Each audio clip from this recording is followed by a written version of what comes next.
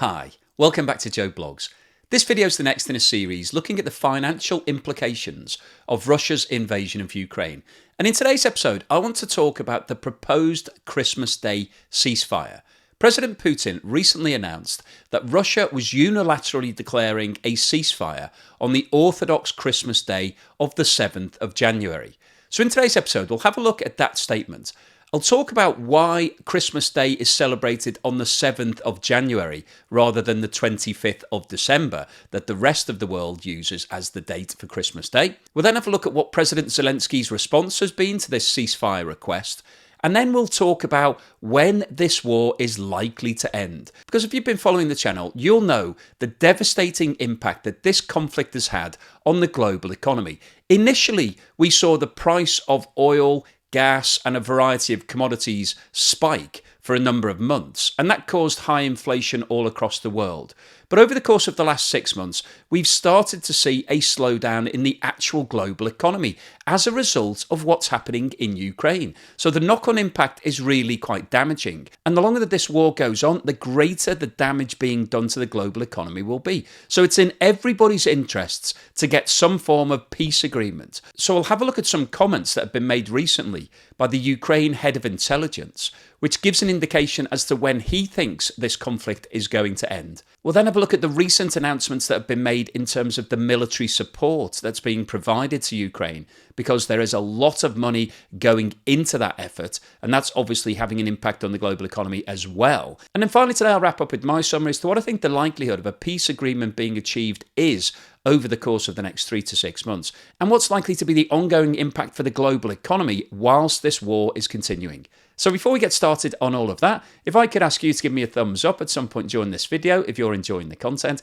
Please subscribe if you haven't done so already. Don't forget, I always include chapters so you can pick and choose what you'd like to see if you don't have time to watch everything. And if you'd like to support the channel, please have a look below where you'll find links to YouTube Super Thanks and membership, as well as Buy Me a Coffee, Patreon and Amazon shopping links. And once again, I'd like to say thank you so much to everyone that has supported the channel. I really appreciate it.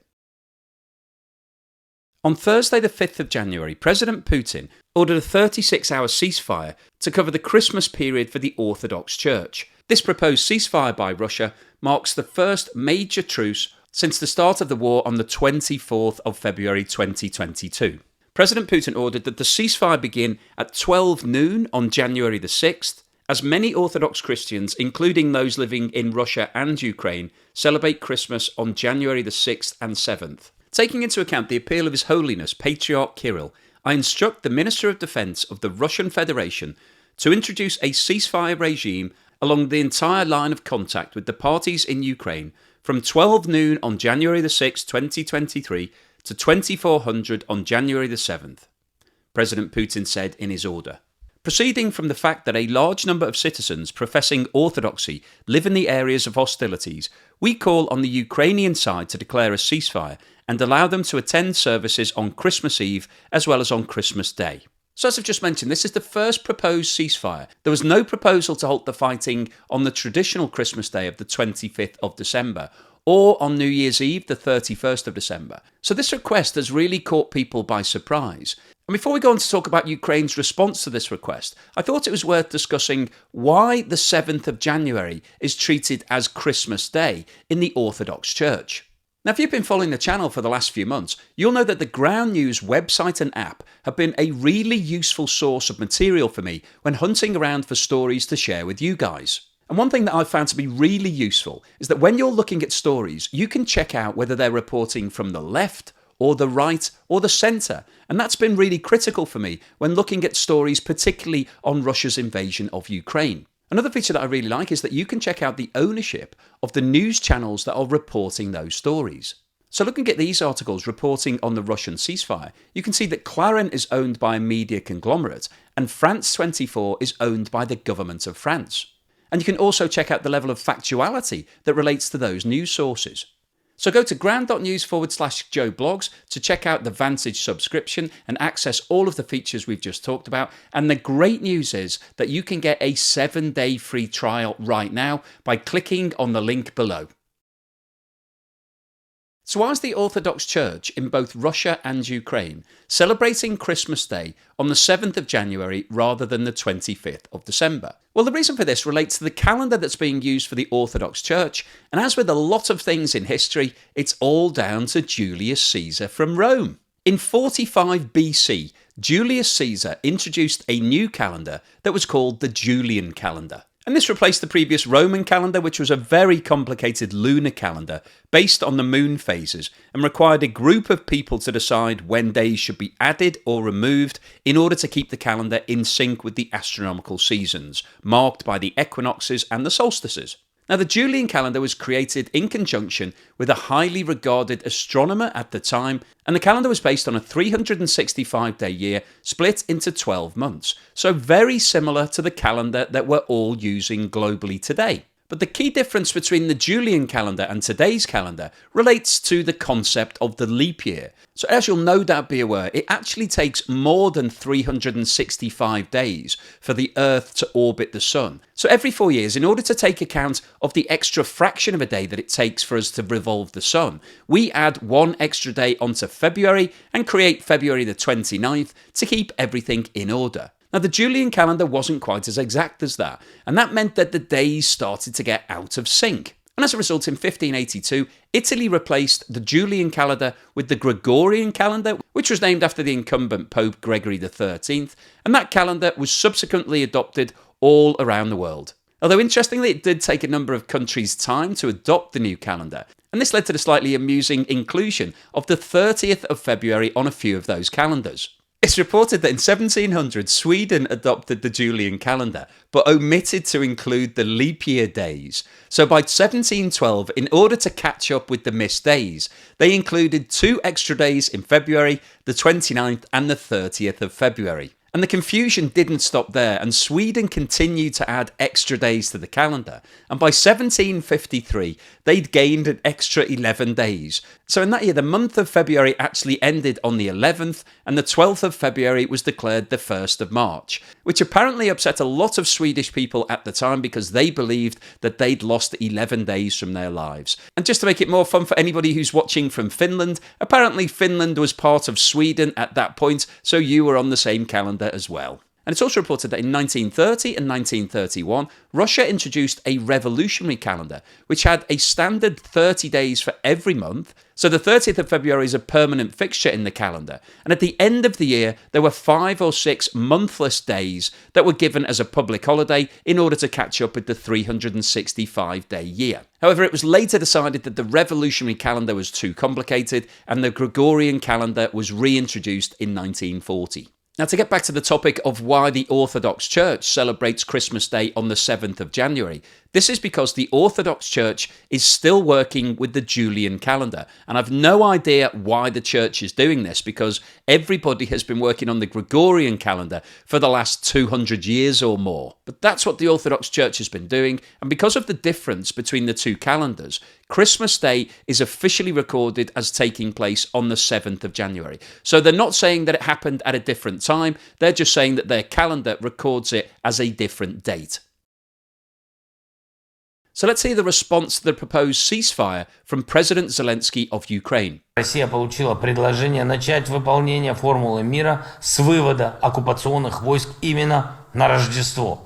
По состоянию уже на тот день количество убитых российских солдат было почти 95 тысяч. Оба наши предложения руководители вашей страны, видимо, не услышали там, где они, видимо, глубоко и не слышно. По состоянию на сегодня вы потеряли убитыми на этой войне уже почти 110 тысяч своих солдат. Те, кто продолжал террор против нашей страны и посылал всех этих ваших людей на убой, отказывались от наших предложений о прекращении российской агрессии, точно не ценят жизни и тем более не стремятся к миру. Сейчас они хотят использовать Рождество как прикрытие, чтобы хоть ненадолго остановить продвижение наших парней на Донбассе и подогнать ближе к нашим позициям технику, боеприпасы и мобилизованных. Что это даст? Ну только очередное увеличение счета потерь. So as you just saw, President Zelensky is not agreeing to this ceasefire, and he sees this as a tactic that's being used by Russia to delay the advance of Ukrainian forces that are currently trying to make advances against the Russian-occupied area of Donbass. And I think it's interesting that President Zelensky is talking about peace rather than a ceasefire. There's obviously a tangible difference between stopping the war for 36 hours and actually bringing a conclusion to this war. And President Zelensky is saying that Ukraine put forward a genuine peace proposal to Russia on December the 12th, and that's been entirely rejected. And he therefore has no intention of agreeing to any form of ceasefire, and in fact sees this as a way of Russia being able to slow down what's happening on the Ukrainian side in order to replenish all of their supplies and make sure that they're ready when fighting does recommence after the end of this proposed ceasefire. Now, in terms of answering the question, when will this war ever end? Is there going to be a conclusion to it? The head of Ukraine's military intelligence recently gave an interview which gave a hint as to when he thinks the war will come to a conclusion. Kyrylo Budanov, Chief of Defense Intelligence of Ukraine, recently told ABC News that he expects the hottest fighting between Ukraine and Russia to occur in March. He added that he expects Ukraine's military to make a large push against the invading Russians in the spring. According to him, those efforts could lead to what Ukraine feels would be an end to the war. This is when we will see more liberation of territories and dealing the final defeats to the Russian Federation, he said. This will happen throughout Ukraine from Crimea to the Donbass. When asked about his reference to Crimea, which was annexed by Russia in 2014, he replied, "Crimea is a Ukrainian territory. We can use any weapon on our territory. Our goal, and we will achieve it, is to return to the borders of 1991, like Ukraine is recognised by all subjects of international law." So these comments really indicate that Ukraine is building up for a major push in the spring, once the weather starts to thaw and it becomes more easy from a logistical perspective.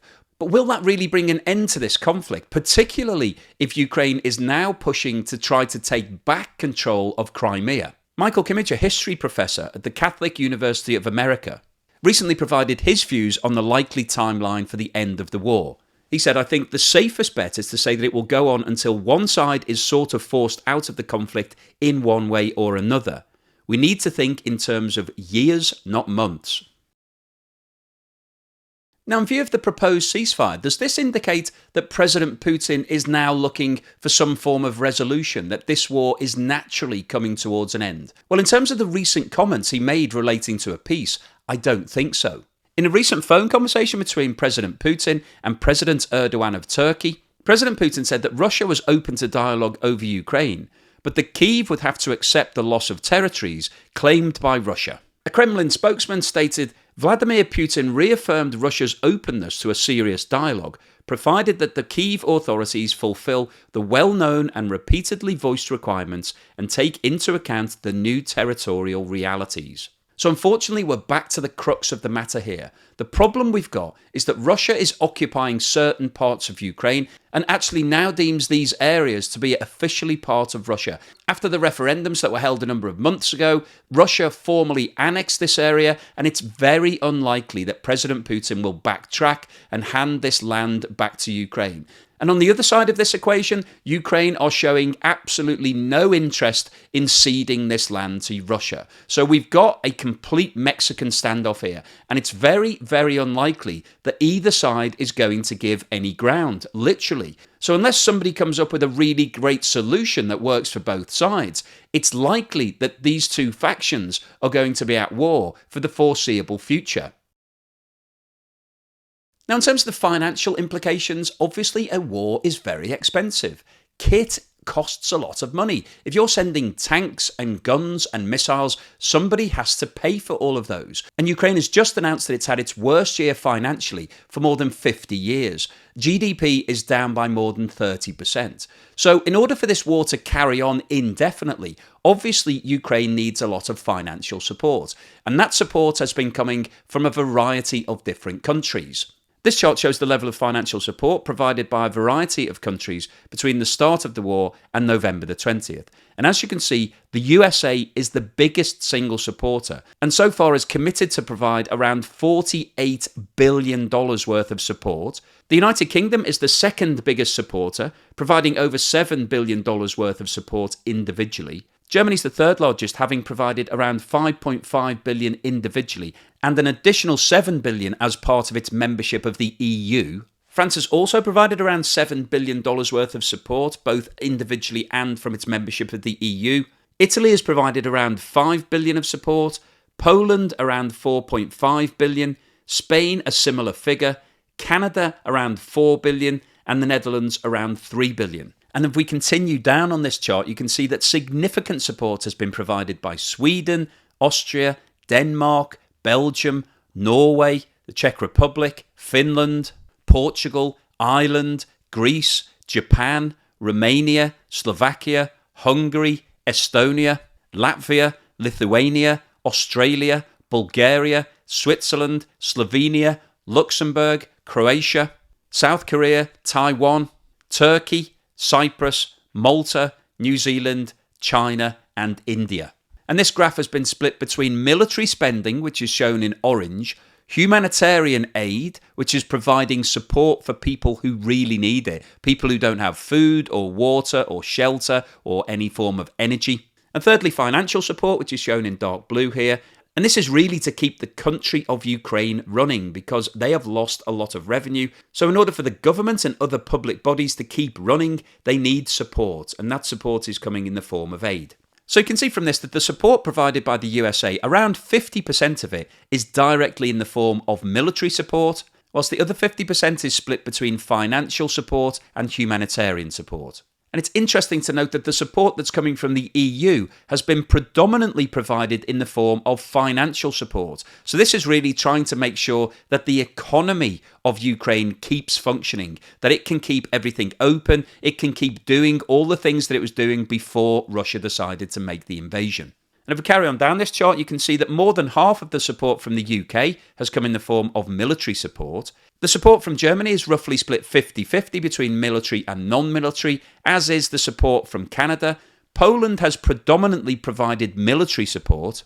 The support from France is roughly 50-50. Norway has provided predominantly military support, as have the Netherlands, Spain, Italy, Denmark, and the Czech Republic. Japan and Austria have provided predominantly financial support, and we've got a mixture of different types of support from the other countries on this list. So the overall summary here is that Ukraine is receiving an enormous amount of support, both financial to keep the country running, to keep the economy moving, and also military support, which is keeping the war going.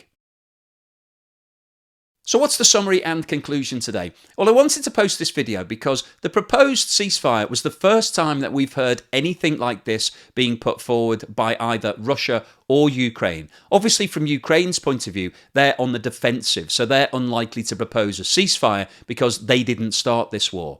But President Putin came out and stated that he wanted to hold a 36-hour ceasefire to represent what was going on with regards to the Orthodox Russian and Ukrainian churches. Now, that has been rejected by Ukraine as being a tactic, a ploy, a way of giving Russia breathing space in order to replenish its supplies to get more people to the front line. So in terms of the military conflict itself, we haven't moved any further forward. We're no nearer to peace. And in today's video, I really wanted to look at what the likelihood is of some form of peaceful agreement being settled at some point over the course of the next 3 to 6 months. And we heard from the Ukrainian head of intelligence that he believes that there's going to be a big push in the spring, that Ukraine is readying themselves to take back all of those areas. And once they've done that, then they will be a peaceful settlement to this war. But in order for that to be achieved, Russia would either need to withdraw from all of those areas and hand them back to Ukraine. And as we heard from President Putin,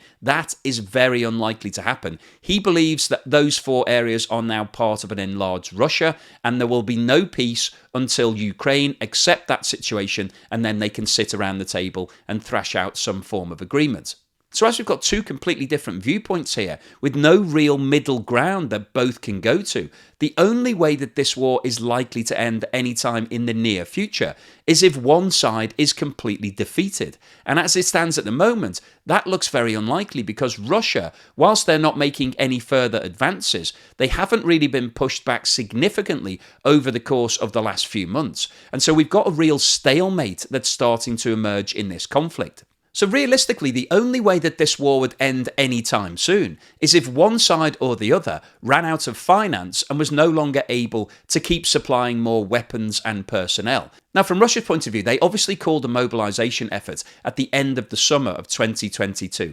And there is a possibility that another mobilisation could be called at some point over the next 6 months. So Russia is likely to keep supplying people and equipment for the foreseeable future. And from Ukraine's perspective, as we've just been through, they're receiving significant financial support. And the US recently passed approval to provide up to $45 billion worth of support. So both sides are well funded, they've got lots of personnel, so unfortunately it doesn't look like anybody's going to run out of money or people anytime soon. So all of this is really bad news, obviously for the war itself. People are dying on a daily basis, and that is the biggest tragedy of all here.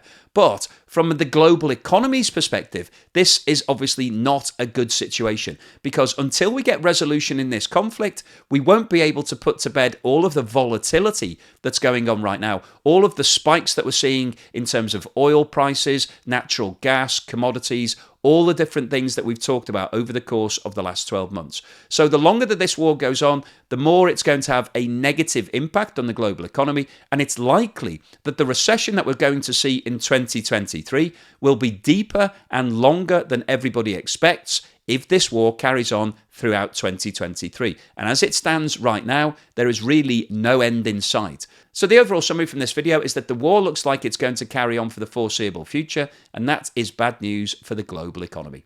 So hopefully you found today's video useful, informative and thought-provoking. If you've liked what I've said, then please give me a thumbs up and don't forget to subscribe if you haven't done so already.